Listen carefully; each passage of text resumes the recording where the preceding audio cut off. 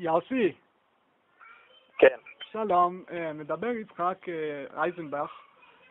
שלחו אותי לך בשביל לבדוק עניין אחד קטן. כן. יש לך משהו כמו 5-6 דקות? כן. יופי. אני רוצה לספר דבר כזה. אני גדלתי במשפחה מאוד מאוד חרדית, מגיל קטן. עכשיו, אני גדלתי והתחתנתי גם עם מישהי כזאת. עכשיו, הבעיה שלי היא כזאת, כיום אני פחות מאמין בכל דת, בכל רעיון כזה של משהו כזה בכלל. הבעיה היא הגדולה שאני קשה לי מאוד לעזוב את הסביבה ואת כל מה שאני גדלתי בזה בבקשה. עכשיו, הבנתי, אתה יכול מאוד מאוד מאוד לעזור לי בזה, ותגיד לי מה היית חושב במקרה כזה, אם היה קורה לך, מה היית חושב על זה? אני מקווה מאוד שאני לא מפריע לך, אמרו לי להתקשר אליך, אני קיבלתי את השם, מספר שלך, אמרו לי להתקשר אליך ולבדוק, אבל אני מאוד רוצה לדעת מה היית חושב במקרה שזה היה אצלך. בבקשה. אם אפשר, בבקשה. הבנתי. מעניין שאמרו לך שאני יכול לעזור לך. אתה יודע שבסופו של דבר כל אחד עוזר לעצמו. אתה יודע. הבנתי. אני יכול לשמוע את הנתונים שלך ולנסות ביחד איתך להבין מה טוב לך. הבנתי. בסופו של דבר זה מה שצריך לעשות. הבנתי.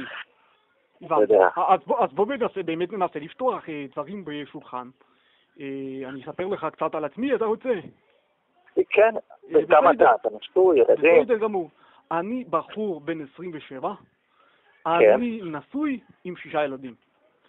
עכשיו, במקרה, אני כבר בבן שני שלי בערך, הבנתי שזה לא בשבילי, כן? אני ראיתי שאני לא רוצה את זה, כן? אבל לא הייתה לי שום ברירה, בגלל שאשתי היא מאוד מאוד מאוד רוצה ילדים. והיא אמרה לי, אין דבר כזה, היא שאלה את הרבי שלה, והוא אמר לה, אין דבר כזה שלא מביאים, ואפשר להביא עוד מיניות. אז לכן יש לי היום כ6 ילדים, ואני רוצה מאוד לדעת, זה גם, תראה, זה בעיה מאוד גדול. אגב, איך אתה מתקשר אליי, אתה חרדי היום, נכון? זה בדיוק, אני לא באמת מאמין, אני מתחבא פה בצד, אבל אני לא באמת חשבת שאסור לעשות את זה. אתה מבין? אני לא... מישהו בכלל היה, אתה יודע, מסתכל עליי מבחוץ, כן? הוא לא היה רואה את זה בכלל. אתה מבין? אז השאלה שלי היא כזאת, כן? האם אתה רוצה לדעת על היוד? או שזה מספיק בשביל לדעת מה נראה לך אני צריך לעשות במצב כזה, כן? מה אני אגיד לך? תשמע.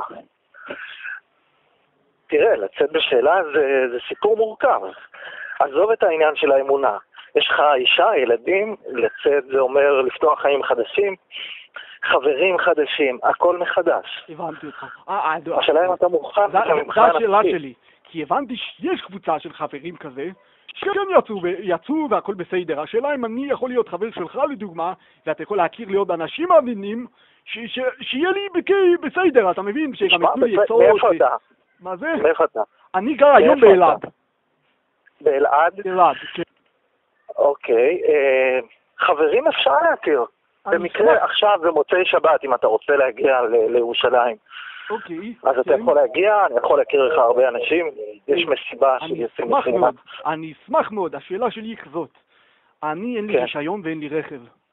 השאלה אם אני לא רוצה לזה, אם יש מצב שמישהו בא לאסוף אותי, לקחת אותי למקום כזה.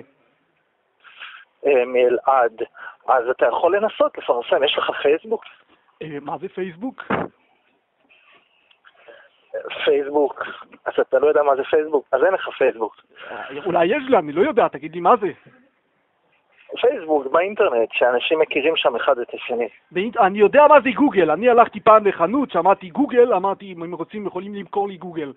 אבל פייסבוק אני לא שמעתי, באמת לא שמעתי מה זה פייסבוק עד היום. אז איך הגעת למספר שלי? המספר שלך, אם יורשה לי, מי שנתן לי אותו ביקש, אני לא אספר את השם שלו, כי הוא לא באמת מכיר אותך, והוא קיבל את המספר דרך מישהו אחר שמכיר אותך, ולכן הוא חושש. אתה מבין? עכשיו השאלה, לך יש אוטו? לא, אני בלי רכב עכשיו, בכל מקרה אני לא יכול להגיע לאלעד. אבל יש אוטובוסים, אתה יכול לחזור ב-12 בלילה חזרה.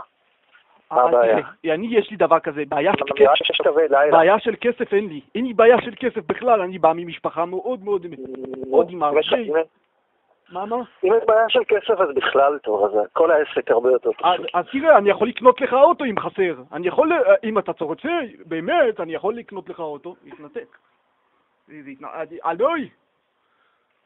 זה לא, אני חושב, לא, הנה, מדברת. אתה רוצה, אני אעשה לך, אני יכול לעשות לך עברה, רק תביא לי מספר חשבון, ואני אעשה לך עברה של מה שצריך, ותקנה אותו, וככה אני אוכל באמת להגיע למקומות, להכיר אנשים בזה.